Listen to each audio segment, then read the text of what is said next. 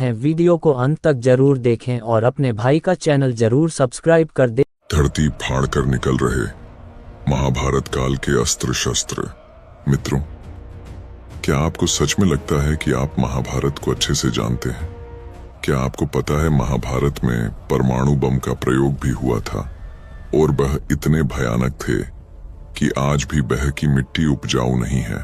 और महाभारत में कुछ ऐसे महायोद्धा भी थे जिनके पास सिर्फ 3 बाण थे, लेकिन उन 3 बाणों से वह पूरा युद्ध कुछ ही पलों में समाप्त कर सकते थे। और एक ऐसा बुढ़ा जो था तो सबसे वृद्ध लेकिन सबसे ज्यादा शक्तिशाली भी वही था। और एक ऐसा योद्धा जो पूरे युद्ध में सोया ही नहीं बह जागता और नई नई रणनीति तैयार करता था। और एक ऐसा योद्धा जो चक्रव्यूह में जा भी सकता था और वापस भी आ सकता था। तो फिर सवाल ये है, अगर ऐसे योद्धा मौजूद थे तो इतिहास हमें उनका नाम इतना कम क्यों बताता है?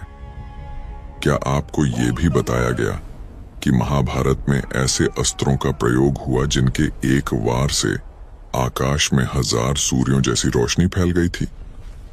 और अगर ये सिर्फ कल्पना थी तो फिर आज का विज्ञान परमाणु बम के बारे में बिल्कुल वही शब्द क्यों इस्तेमाल करता है? क्या आपको ये अजीब नहीं लगता कि महाभारत के बाद पूरे एक क्षेत्र की जमीन वर्षों तक उपजाऊ नहीं रही? क्या तलवारें और तीर कभी जमीन को बंजर बना सकते हैं? और सबसे बड़ा सवाल, अगर महाभारत सिर्फ धर्म युद्ध था तो फिर कुरुक्षेत्र की मिट्टी आज भी लाल क्यों है? लोग कहते हैं योद्धाओं का खून है, लेकिन खून हजारों साल बाद भी मिट्टी को लाल रख सकता है क्या? या फिर वहां कुछ ऐसा हुआ था जिसने जमीन को अंदर तक जला दिया? क्या आपको पता है महाभारत के युद्ध में कुछ ऐसे अस्त्रों का उल्लेख है जिनके प्रयोग के बाद लोग बिना किसी घाव के मर गए, बाल झड़ गए, शरीर जल गए और आने वाली पीढ़ियां प्रभावित हो गईं? अगर ये सब सिर्फ कहानी है तो ये लक्षण आज के परमाणु विस्फोट से इतने मिलते जुलते क्यों हैं? और क्या आपने कभी सोचा है कि युद्ध के बाद योद्धाओं को तुरंत नदी में स्नान करने का आदेश क्यों दिया गया? क्या ये सिर्फ धार्मिक शुद्धि थी या फिर किसी ऐसे जहर को हटाने की कोशिश जिसे हम आज रेडिएशन कहते हैं? मित्रों, आज की ये वीडियो महाभारत को एक धार्मिक कथा की तरह नहीं बल्कि एक ऐसे रहस्य की तरह देखेगी जिसे शायद जानबूझकर कहानी बना दिया गया। क्योंकि अगर सच में महाभारत में परमाणु जैसे अस्त्रों का प्रयोग हुआ था तो सवाल ये नहीं है कि वो सच था या नहीं। सवाल ये है, क्या हम आज उसी रास्ते पर फिर से चल रहे हैं? कल्पना करो एक ऐसी धरती की जहां सूरज सिर्फ आसमान में नहीं था बल्कि जमीन पर भी उतर आया था, जहां हवा जलती थी, पानी उबलता था और लोग बिना किसी तलवार के घाव के जमीन पर गिरकर मर जाते थे। इतिहास ने हमें बताया ये सब सिर्फ एक धार्मिक कथा है, लेकिन सवाल ये है, अगर ये कथा नहीं थी तो? अगर महाभारत सिर्फ धर्म और अधर्म की लड़ाई नहीं बल्कि मानव इतिहास का पहला महाविनाशकारी युद्ध था तो? आज भी भारत में एक जगह है, कुरुक्षेत्र। वहां की मिट्टी आज भी लाल है, वहां की जमीन आज भी अलग महसूस होती है और वहां की कहानियां आज भी डर पैदा करती हैं। स्थानीय लोग कहते हैं ये योद्धाओं के खून से लाल हुई, लेकिन वैज्ञानिक एक सवाल पूछते हैं, इतना खून हजारों साल बाद भी मिट्टी को लाल कैसे रख सकता है? यही से महाभारत का सबसे खतरनाक रहस्य शुरू होता है। महाभारत में युद्ध सिर्फ हथियारों से नहीं लड़ा गया, वहां ऐसे अस्त्रों का वर्णन है जिन्हें आज की भाषा में मास डिस्ट्रक्शन वेपन्स कहा जाएगा। ग्रंथों में लिखा है, एक अस्त्र के प्रयोग से आकाश में हजारों सूर्यों जैसा प्रकाश हुआ। अब जरा रुक कर सोचो, आज जब परमाणु बम गिरता है तो वैज्ञानिक कहते हैं उसकी रोशनी हजारों सूर्यों से भी तेज होती है। संयोग या फिर किसी ने जो देखा था उसे शब्दों में बांध दिया? महाभारत के युद्ध में कुछ योद्धा ऐसे थे जिनका नाम जानबूझकर मुख्य कथा से दूर रखा गया, क्योंकि उनका जिक्र पूरी कहानी को बदल सकता था। बर्बरीक, भीम का पोता कहा जाता है, वह युद्ध का सबसे शक्तिशाली योद्धा था। उसके पास सिर्फ 3 बाण थे, लेकिन उन 3 बाणों से वह पूरी पृथ्वी पर संतुलन बदल सकता था। कृष्ण ने उसे युद्ध से पहले ही रोक दिया। आम कहानी कहती है, उसने शपथ ली थी, लेकिन कुछ रहस्यमयी मान्यताएं कहती हैं, उसका अस्त्र इतना विनाशकारी था कि युद्ध के बाद धरती रहने योग्य नहीं रहती। क्या कृष्ण युद्ध जीतने से ज्यादा धरती को बचाना चाहते थे? अब बात करते हैं उस अस्त्र की जिसे ग्रंथों में ब्रह्मास्त्र कहा गया। ब्रह्मास्त्र के बारे में लिखा है, इसके प्रयोग से भूमि वर्षों तक अन्न उत्पन्न नहीं करती। आज का विज्ञान कहता है, न्यूक्लियर विस्फोट के बाद जमीन सालों तक बंजर हो जाती है। महाभारत में अश्वत्थामा ने ब्रह्मशीर्षा अस्त्र का प्रयोग किया।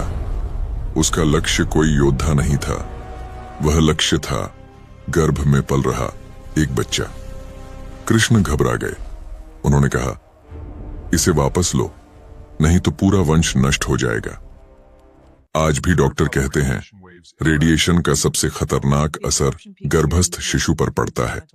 तो सवाल उठता है, उस समय यह ज्ञान कैसे मौजूद था? युद्ध के बाद एक अजीब आदेश दिया गया। सभी योद्धाओं को तुरंत नदी में स्नान करने को कहा गया। आज न्यूक्लियर एक्सपोजर के बाद सबसे पहला कदम क्या होता है? डिकंटेमिनेशन, यानी शरीर से रेडिएशन हटाना। क्या यह सिर्फ संयोग है? महाभारत में घटोत्कच की मृत्यु भी साधारण नहीं थी। कहा जाता है, उस पर ऐसा अस्त्र चला जिससे आकाश जल उठा और जमीन कांप गई। कर्ण के पास एक ऐसा अस्त्र था जो सिर्फ एक बार चल सकता था। कृष्ण चाहते थे कि वह अस्त्र अर्जुन पर न चले, इसलिए घटोत्कच को बलिदान बनाया गया, एक जीवन लाखों को बचाने के लिए।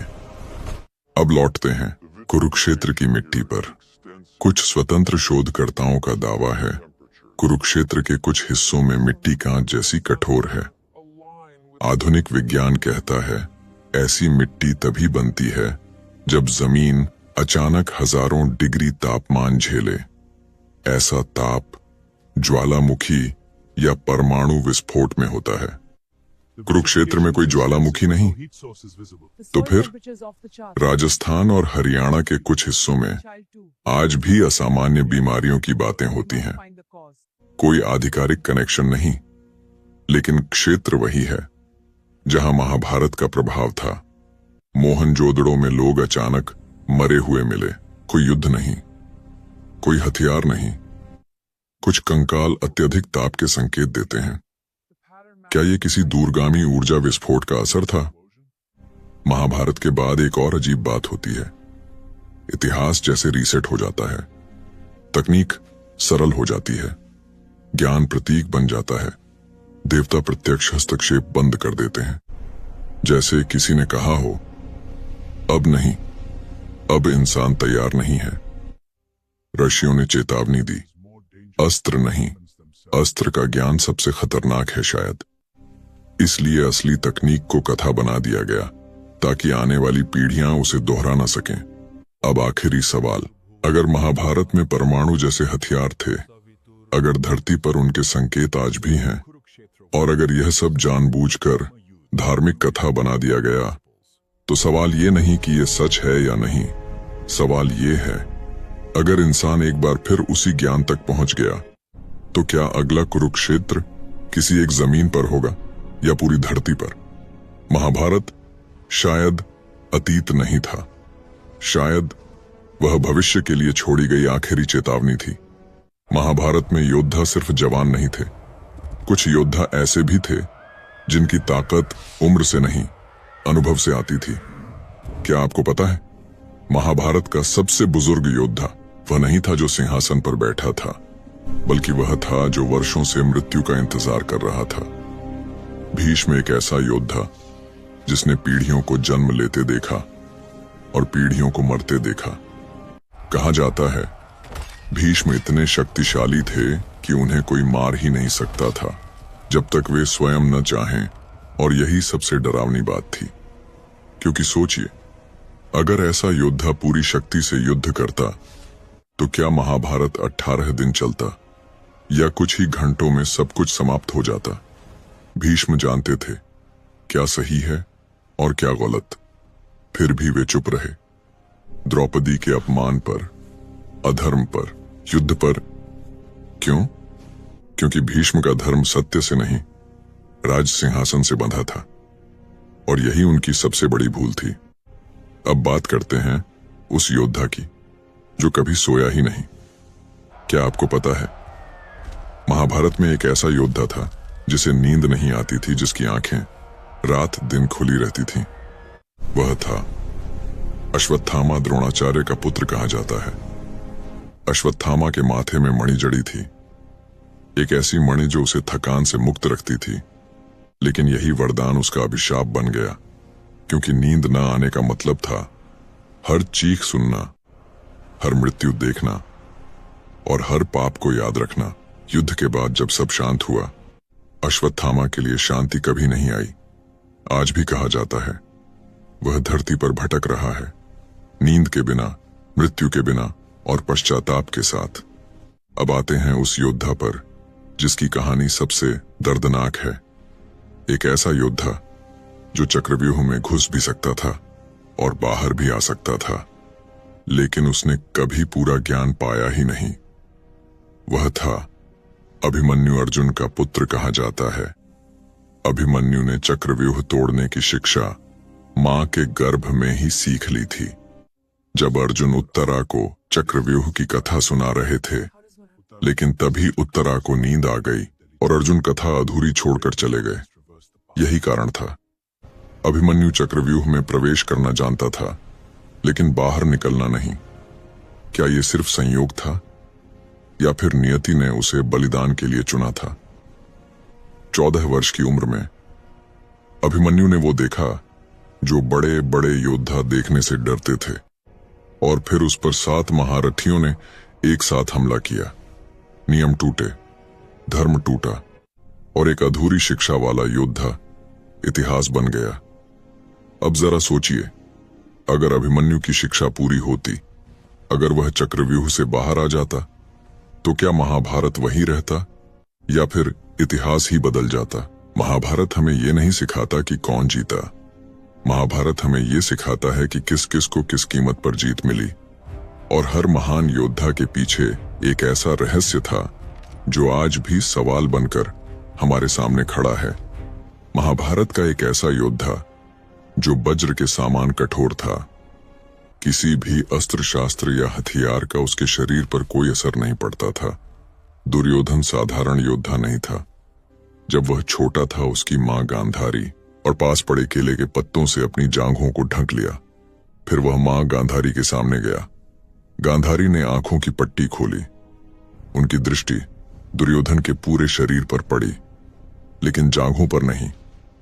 यही कारण था, दुर्योधन का पूरा शरीर वज्र के समान कठोर हो गया, लेकिन उसकी जांघें कमजोर रह गईं, और यही कमजोरी भविष्य में उसकी मृत्यु का कारण बनी। अब जरा एक और रहस्य सुनो। महाभारत में एक योद्धा था जो पूरे युद्ध में लड़ा, लेकिन उसका नाम किसी को याद नहीं रहता। उसका नाम था युयुत्सु, दुर्योधन का सौतेला भाई। 100 कौरवों में सिर्फ एक ऐसा व्यक्ति जिसने युद्ध शुरू होने से पहले कहा, अधर्म के साथ मैं नहीं लड़ूंगा। उसने अपना रक्त, अपना कुल, अपनी पहचान सब छोड़ दी और पांडवों के साथ चला गया। अजीब बात यह है, महाभारत खत्म हुई, लेकिन युयुत्सु जीवित रहा। क्यों? क्योंकि शायद कहानी में ऐसे लोगों की जगह नहीं होती जो सही होते हैं। अब एक और रहस्य। क्या तुम्हें पता है, महाभारत में एक ऐसा राजा था जो युद्ध में उतरा ही नहीं, लेकिन उसके बिना महाभारत हो ही नहीं सकता था। वह था शल्य, माद्र देश का राजा। शल्य ने कर्ण का रथ चलाया, लेकिन वह हर पल कर्ण का मनोबल तोड़ता रहा। क्यों?